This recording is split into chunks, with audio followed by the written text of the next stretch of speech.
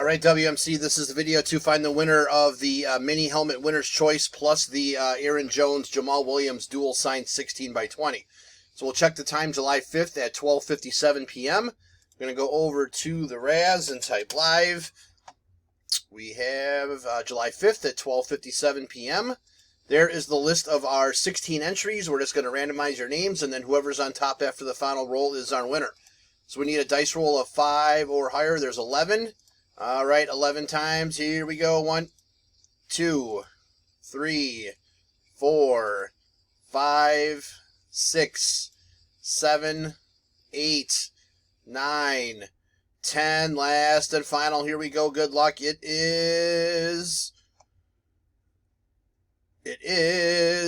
Andrew. Spot 13 is your winner. So Andrew, please message me to make your selection. There is our verification code, our timestamp once again, July 5th, 12:57 p.m.